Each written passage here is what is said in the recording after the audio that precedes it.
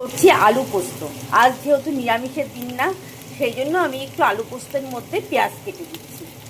আলুটা নরম হওয়ার জন্য সামান্য লবণ দিয়ে দিই, পোস্ত বাটাটা দিয়ে দিলাম, মিষ্টি চেক করে সামান্য সর্ষের তেল ছড়িয়ে দিয়ে আলু পোস্তটা নামিয়ে দিলাম। এদিকে আমি বিউলির ডাল বসিয়ে দিয়েছি।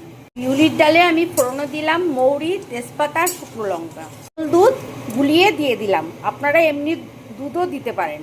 এটা দেওয়ার জন্য বিউলির ডালের টেস্টটা কিন্তু দ্বিগুণ হয়ে যাবে। ছেলে অফিসে যাবে আর ছেলে ডালের সাথে চিংড়ি মাছ ভাজাটা ভালোবাসে, তাই একটু চিংড়ি মাছ ভেজে দিচ্ছি। আজ রান্না করলাম বিউলির ডাল, আলু পোস্ত, চিংড়ি মাছ ভাজা আর ভাত একবারে করে নিলাম।